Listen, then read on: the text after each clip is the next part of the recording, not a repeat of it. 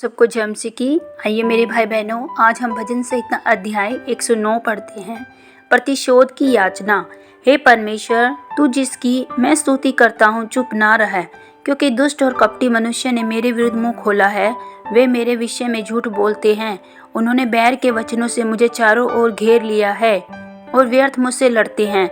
मेरे प्रेम के बदले में वे मेरा विरोध करते हैं, परंतु मैं तो प्रार्थना में लवलीन रहता हूँ। उन्होंने भलाई के बदले में मुझसे बुराई की और मेरे प्रेम के बदले मुझसे बैर किया है। तू उसको किसी दुष्ट के अधिकार में रख और कोई विरोधी उसकी दाहिनी ओर खड़ा रहे। जब उसका न्याय किया जाए तब वह दोषी निकले और उसकी प्रार्थना पाप गिनी जाए।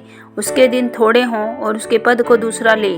उसके बच्चे अनाथ हो जाएं, उसकी स्त्री विधवा हो जाएं, उसके लड़के मारे मारे फिरें और भीख मांगा करें। उनको अपने उजड़े हुए घर से दूर जाकर टुकड़े मांगना पड़े। महाजन फंदा लगाकर उसका सब ले ले और परदेसी उसकी कमाई को लूट ले। कोई न हो जो उस पर करुणा करता रहे। उसके अनाथ बालकों पर कोई अनुग्रह न करे। उसके वंश का नाश हो जाए, दूसरी पीढ़ी में उसका नाम मिट जाए। उसके पितरों का अधर्म यहोवा को स्मरण रहे और उसकी माता का पाप ना मिटे। वह निरंतर यहोवा के सम्मुख रहे कि वह उनका नाम पृथ्वी पर से मिटा डाले, क्योंकि वह दुष्ट कृपया करना भूल गया, वरन दीन और दरिद्र को सताता था और मार डालने की इच्छा से खेदित मन वालों के पीछे पड़ा रहता था।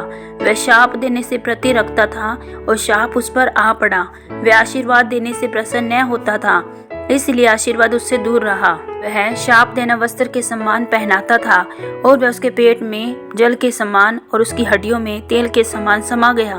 वह उसके लिए ओढ़ने का काम दे और फेंटे के समान उसकी कटी में नित्य कसा रहे। यहोवा की ओर से मेरे विरोधियों को और मेरे विरुद्ध बुरा कहने वालों को यही बदला मिले। परंतु मुझसे हे यहोवा प्रभु, तू अपने नाम के निमित्त बर्ताव कर। तेरी करुणा तो भारी है, इसलिए तू मुझे छुटकारा दे, क्योंकि मैं दीन और दरिद्र हूँ। मेरा हृदय घायल हुआ है, ढलती हुई छाया के समान जाता रहा हूँ।